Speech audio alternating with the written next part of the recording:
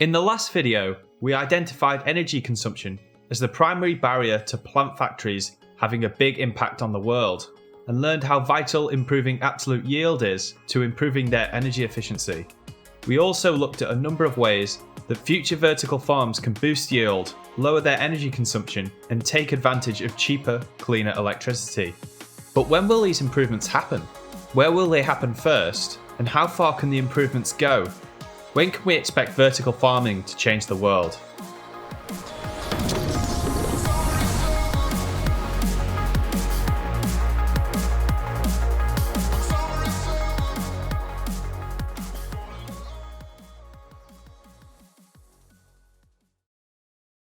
There's no single point in time where this technology becomes viable to grow everything, everywhere. The economic viability of the industry will vary by crop and location at any given time. Let's start with Phase 1 crops.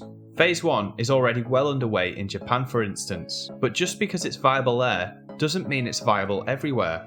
We can estimate where this industry will make the most economic sense by looking at what percentage of vegetables a country produces as a ratio of its total vegetable consumption. Countries that import a high percentage of their vegetables probably do so because producing it locally is difficult and expensive, resulting in high market prices. We also need to consider the local cost of electricity, as it's one of the fundamental costs for plant factories. High electricity prices would make food produced in vertical farms prohibitively expensive. Taking the two factors together, we can produce this map. Given that Japan has the most mature vertical farming industry, we can use it as a control and ask which countries have similar or favourable economics. The map shows a very promising picture. Countries similar in colour or greener than Japan are likely to have the same or better opportunities. In population terms, 66% of the world have a more favourable economic environment than Japan, with a further 29% having at least similar economics. In the green regions, Phase 1 crops are likely to have a high profit potential right now. On an environmental note, however, this analysis assumes current energy production and could be expected to incur a carbon cost, at least with today's energy mix. Though, given Phase 1's relatively small scale and energy requirements, this carbon cost is low. Earlier, I gave an estimate that Phase 2 would require approximately 2.5 times the energy of Phase 1. Let's model this energy requirement into the best current vertical farms. If the economics are as calculated, Phase 2 crops are more or less viable right now, although profits on non-premium products will be very slim. However, if we situated the vertical farm in the green region, its profitability would be much better. In fact, we are already seeing the emergence of Phase 2 crops, such as cucumbers, tomatoes, and even strawberries, being produced commercially in these regions. That said, expect to see a high emphasis remain on leafy greens for now, as the profitability is much better. If Phase 2 continues its course and becomes ubiquitous worldwide, we will start to see significant global freshwater savings in the next 10 years. At this point, the global benefits of vertical farms become a lot more tangible. Still, the energy problem only becomes bigger if Phase 2 farms reach a global scale. While it's not a risk to global energy capacity, the carbon cost may be prohibitive if renewable sources aren't used. Phase 3 will have the greatest global impact, but it's also the hardest to achieve for this technology. A significant part of Phase 3 production would be staple crops, such as rice and wheat. Current production of these crops already benefit from a massive economy of scale and have small profit margins. They are also classed as commodities. As such, there is little benefit from the high-quality product that vertical farms can achieve. Staple crops store well, thus neutralizing the freshness value that vertical farms provide. Additionally, staple crops are generally tall, which hurts the growing density advantage of plant factories. However, the biggest barrier of all is the 30 times greater energy requirement compared to leafy greens. With all these obstacles, it's worth asking if Phase 3 is even remotely feasible. If it is, What would it take to make Phase 3 viable? Well, there's no reason a vertical farm couldn't grow at significant economy of scale. Surprisingly, commodity crops' ability to keep may actually be an advantage for vertical farms, not a hindrance. Plant density and large energy costs are much bigger problems. To make Phase 3 profitable, the energy cost per kilo must be greatly reduced. Let's assume that in order to be profitable, energy costs can be no more than 25% of retail price. Rice is the largest provider of global human calories. Let's use that as an example. In the US in 2016, rice had an average retail price of $1.52 per kilo. That gives a maximum energy cost of 38 cents per kilo. We will model a yearly output equivalent to a large vertical farm at 1 million kilograms per year.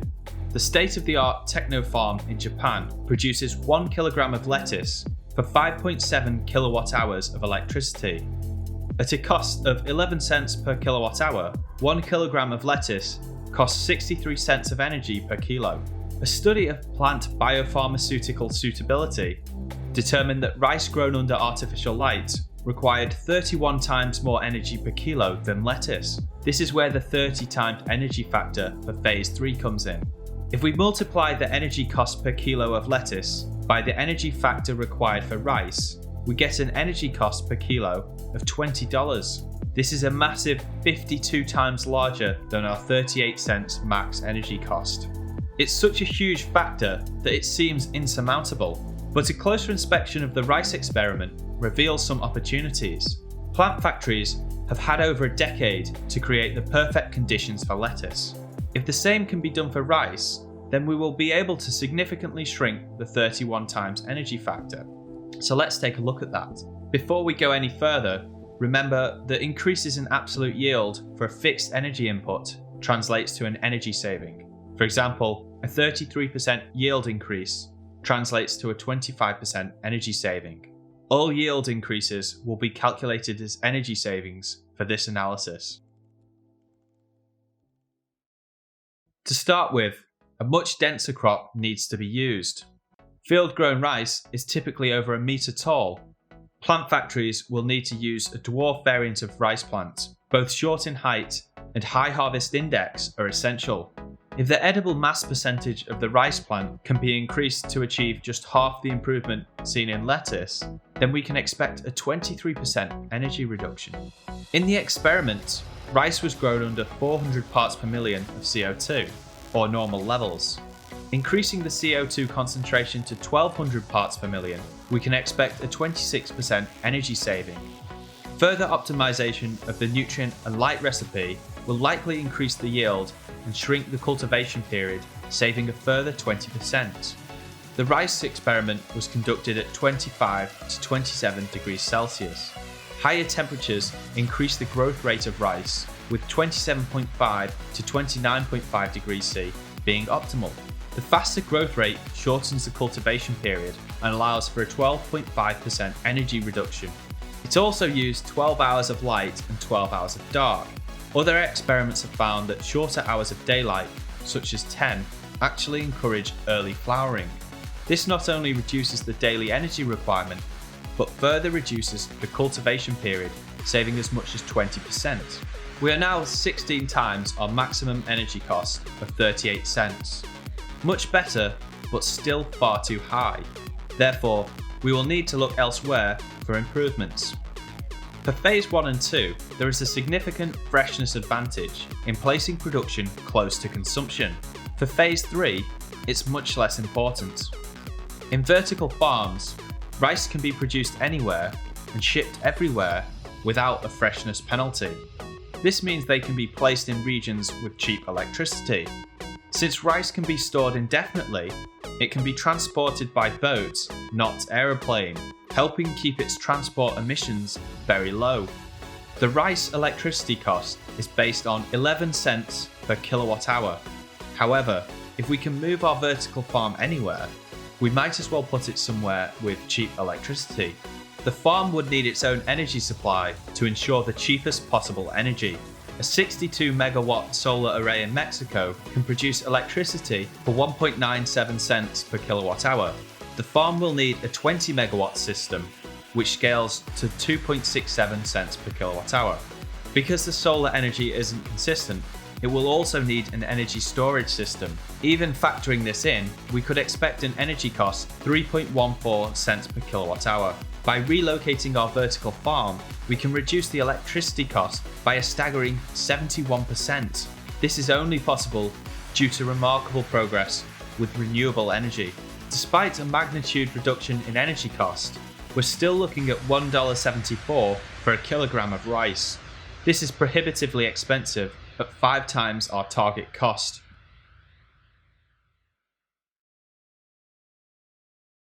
Technology isn't static, however.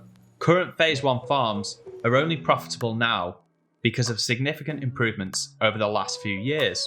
So if we factor in technological progress, will we be able to close the energy gap? Absolute yield is set to increase dramatically because vertical farming is a relatively new technology, and also because the combination of highly controlled growing conditions, numerous sensors, artificial intelligence, and rapid cultivation periods greatly multiply the learning rate of vertical farms. If we model our yearly absolute yield increase relative to outdoor farms, we can save the difference in energy costs. From 2018 to 2030, we can expect an absolute yield increase of at least 32% relative to outdoor agriculture. That equates to a 24% energy saving. Before, I mentioned the dramatic improvement in LED's efficacy. This graph shows the predicted energy reduction due to LED improvement from 2018 to 2030. In total, it represents a 43% reduction in energy costs. This improvement is based on PC LED technology. Other LED technologies have a much higher performance ceiling and will likely provide greater energy savings by 2030. The greatest technological cost reduction will come from solar. Whilst being a clean source of energy, it's also on track to become the cheapest, bringing us closer to an energy revolution. From now until 2030, the cost of solar is predicted to fall by 56%. So what happens when we stack absolute yield, LED, and solar improvement together? This synergy creates a powerful multiplier. The model predicts a profitable energy cost for rice by 2029.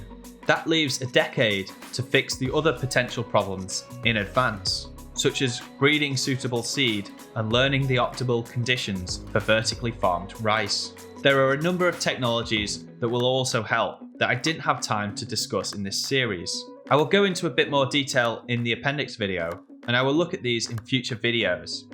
From the plummeting cost of robotics to the new frontiers of bioinformatics, the future landscape of farming may well look very different indeed. While researching this video, I frequently changed my mind about the viability of vertical farming. Having looked at the current state and the future technology trends, it's hard to argue that it isn't here to stay. While this isn't going to happen immediately, growth in the sector will accelerate as technological improvements drive down the investment and operational costs. Vegetables produced in a local vertical farm will likely be a common sight in supermarkets around the world, perhaps as soon as 5 years, maybe 10. Most sources suggest crops like rice are over 40 years away or simply not possible due to the energy constraint. However, most estimates appear to overlook the extreme technological progress and how it can affect this industry. Taking these changes into account brings their viability a lot closer to present day. Whether it's 10 years, 12 years, or 15 years, solving the energy problem seems inevitable. I started this video series looking at some of the biggest global problems we are facing. Now is a good time to revisit them. If we make the necessary changes, what will our 2050 world look like? We're looking at a world with a highly resilient food production system that scales easily to produce more food and not be vulnerable to climate, flooding, and pest damage. A system that will make food cheaper than it's ever been before. It's not the only change required to eliminate world hunger, but it will help significantly. Reducing agriculture's global freshwater consumption by 91% will have an even greater effect. both in terms of global water security and environmental impact. We may be able to halt and reverse desertification and drastically reduce most of agriculture's large greenhouse gas footprint. We could further help reduce atmospheric CO2 by reforesting 15% of the global land we are able to displace. And this will finally reverse the trend of mass wildlife depopulation we see today. At the end of the first video, the future looked bleak. For these global issues at least, the news is promising, but more changes and technological improvements will need to happen to solve them entirely. This is what I'm going to address in future videos. While we can probably expect a large positive impact, these changes won't happen overnight. If you are hoping for more immediate results, there might be one more bit of good news. For the majority of this video, I've been talking about human consumption, but that only accounts for 55% of all crops grown. 9% is used for biofuel and 36% is used as livestock feed. Meat takes a huge amount of water to produce, as the crops grown for the animals require a lot of water. Producing 1 kilo of beef requires 7 kilos of crops to produce. This makes meat production extremely water inefficient. It's not just water though, meat production is also extremely land inefficient. 70% of all agricultural land is considered grazing land. So if we really want to return a significant amount of global land back to forest, we need to substitute meadows for an alternative food source. Currently, foods such as soy and hay are used to supplement livestock feed. However, they are land intensive to grow. Soy is also a highly water intensive phase 3 crop, meaning we're at least 10 years away from being able to grow it in plant factories. Meat production contributes a considerable amount of the global challenges, but it's largely due to its food input. Sprouted barley fodder can supplement a significant percentage of livestock's feed and can improve the health of the animals. It can be grown extremely cheaply in plant factories with minimal labour, water and electricity costs. In fact, the energy costs are so low that it can be grown profitably right now all across the world. While data for this market is limited, it appears to be growing quickly. If this opportunity is realised by businesses globally, we will start to see an impact on the global challenges sooner than expected.